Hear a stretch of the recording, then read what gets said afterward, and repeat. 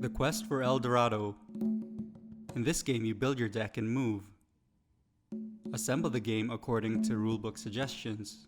Once familiarized with these suggestions, you can customize your own course. Randomly place blockades between terrain tiles.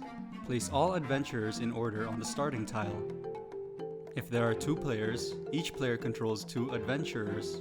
The starting player starts on cell 1 and 3, while the second player starts on cell 2 and 4.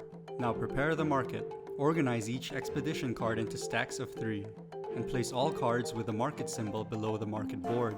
Organize your expedition board and 8 starting cards. Shuffle your cards and place them face down on the left side of your board. Then draw 4 cards into your hand. Place the hat token in front of the starting player. Preparations are now complete. On your turn, you must first move your adventurer. Then you can use your remaining cards to purchase 1 card. Discard all played cards and draw until you have 4 cards in your hand. The objective is to send your adventurer to El Dorado. Each card can be used once during your turn. Cards without a specific terrain can be used during the movement or purchasing phase of your turn. You can move your adventurer by using cards that specify green, yellow, or blue numbers. The number on the card denotes its power value.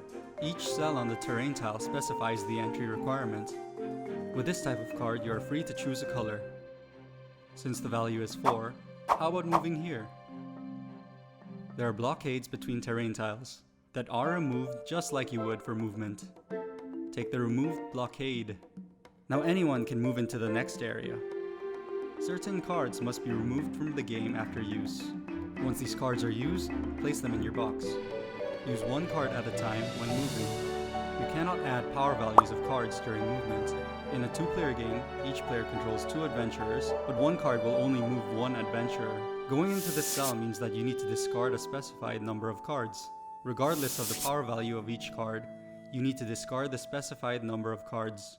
You can never move on to mountains or spaces that are occupied by other adventurers. Once you're done moving, you can purchase a card using your remaining cards. You can buy 1 card per turn whether or not you have moved. Cards with a coin symbol are worth their power value. All other cards are worth 0.5 coins each. You can only purchase cards from the market. If there is a vacant spot on the market, you can purchase cards above the market board. If you purchase a card from above the market, you must place the entire pile on the vacant spot. Do not take a purchased card into your hand.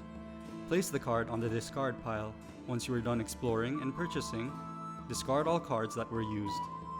Remaining cards in your hand can be kept or discarded. Draw cards from the left pile until your hand has 4 cards. If you do not have 4 cards, shuffle your discard pile and draw more cards.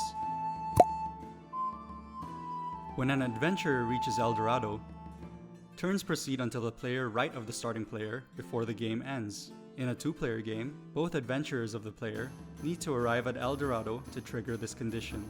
If 1 player reached El Dorado, this player wins. If multiple players have arrived, the player with the most blockades wins. If there is still a tie, the player with the highest number blockade wins.